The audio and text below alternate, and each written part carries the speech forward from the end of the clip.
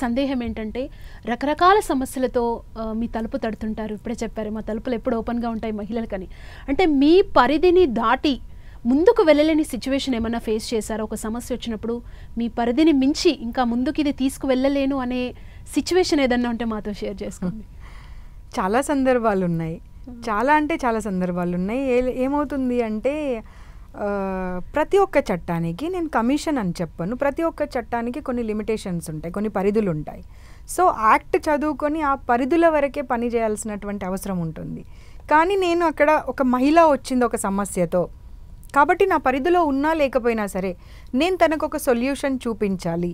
So ఎలా solution చూపిస్తాను, ఏ డిపార్ట్మెంట్తో ఎవరితో నేను కనుక కోఆర్డినేషన్లో పని చేస్తే ఆ సమస్యకి పరిష్కారం చూపించగలను అనే దిశగా అవన్నీ ఆలోచన చేసి, స్టాఫ్తో ఆలోచన చేసి, లీగల్ నాలెడ్జ్ తీసుకొని, లీగల్ ఎవరైతే అడ్వైజర్స్ ఉంటారో వాళ్ళ ప్రమేయంతో వాళ్ళకు ఒక దారి చూపెట్టడం జరుగుతూ ఉంది. అంతేకాకుండా చాలామంది అనుకోవచ్చు మేము ఆఫీస్కి వచ్చాము కానీ మేడం ఇది మా పరిధిలో లేదు అని మేము ఎక్స్ప్లెయిన్ చేస్తాము.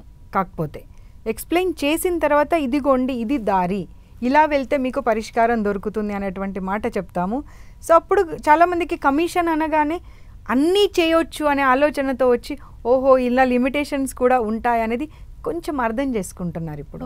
అంటే మీరు ఒక కేస్ స్టడీని 10 టీవీతో షేర్ చేసుకోవాలనుకుంటే మీరు ఇబ్బంది పడ్డ కేస్ స్టడీ ఏంటి, అసలు ఎన్ని కేసెస్లో మీరు ఇబ్బంది పడ్డారో షేర్ చేసుకుంటారా?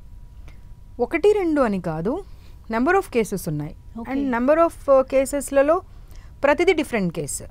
కొన్ని కేసెస్ ఏమో ఏంటంటే డిఫరెంట్ క్యాస్ట్లో ఉన్న వాళ్ళు పెళ్లి చేసుకొని ఒక 5 సంవత్సరాలు 8 సంవత్సరాలు కలిసి ఉన్న తర్వాత పిల్లలు అంటే ప్రెగ్నెన్సీ వచ్చిన తర్వాత మా ఫ్యామిలీ ఒప్పుకోవట్లేదు కాబట్టి నువ్వు నాకు వద్దు అని చెప్పి వదిలేయడం జరుగుతూ ఉంది. సో అలాంటి కేసెస్ కమిషన్ పరిధిలో కొంతవరకు వస్తాయి, కొంతవరకు రావు. కానీ కమిషన్ పరిధిలో వస్తుందా లేదా అని చూడకుండా మేము తప్పకుండా వాళ్ళని రిమైండ్లోకి తీసుకోవడము, వాళ్ళ ఫ్యామిలీకి బుద్ధి చెప్పడానికి ప్రయత్నం చేయడము, అమ్మాయికి న్యాయం చేయడానికి పరిస్థితి కల్పించడము, అవసరమైతే వాళ్ళని కూర్చోబెట్టి నువ్వు అంటే 5 సంవత్సరాలు 8 సంవత్సరాలు కలిసి ఉన్నప్పుడు ఆ అమ్మాయి ప్రెగ్నెంట్ అయ్యేదాకా తీసుకొచ్చినప్పుడు ఇంకా రేపో మాపో డెలివరీకి ఉంది అనే అంతవరకేమో నీకు ఆ క్యాస్ట్ గుర్తుకు రాలేదు. అవును, ఇవాళ ఎప్పుడైతే పాప పుట్టి ఇంకా నీ వారసురాలు ఒకరు రాబోతున్నారు అని అనుకున్నప్పుడు అప్పుడు ఫ్యామిలీ గుర్తుకొస్తుంది, తల్లిదండ్రులు గుర్తుకొస్తుంది, మీ కులం గుర్తుకొస్తుందా? అప్పటి వరకు మీ కులం గుర్తుకు రాదు, ఆర్థిక పరిస్థితులు గుర్తుకు రావు.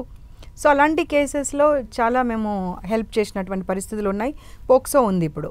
పోక్సోలో ఏంటంటే అది మళ్ళీ చైల్డ్ రైట్స్ కమిషన్కి సంబంధించినటువంటి విషయము. అందులో కేసు అయిన తర్వాత కోర్టుకు వెళ్ళినటువంటి ఇష్యూస్ ఉంటాయి. అయినా సరే మా దగ్గరకు వస్తూ ఉంటారు. వచ్చినప్పుడు కూడా మా పరిధి కాదు అని చెప్పి మేము పక్కన పెట్టాము. కేస్ స్టడీ అంతా చేసి టోటల్ కమిటీ నా ఆఫీస్లో ఉన్నటువంటి స్టాఫ్ని కూర్చోబెట్టుకొని దాని గురించి చర్చిస్తాను నేను. అవసరమైతే అవర్స్ టుగెదర్ కూర్చొని చర్చిస్తాం మేము. చర్చించి మన దగ్గరకు వచ్చిన ఎవరు కూడా కనీసం మనకు పరిష్కారం లేకుండా వెళ్ళకూడదు అనేటువంటి ఆలోచనతో అలాంటి కేసెస్ కూడా మేము డీల్ చేసినటువంటి సందర్భాలు ఉన్నాయి.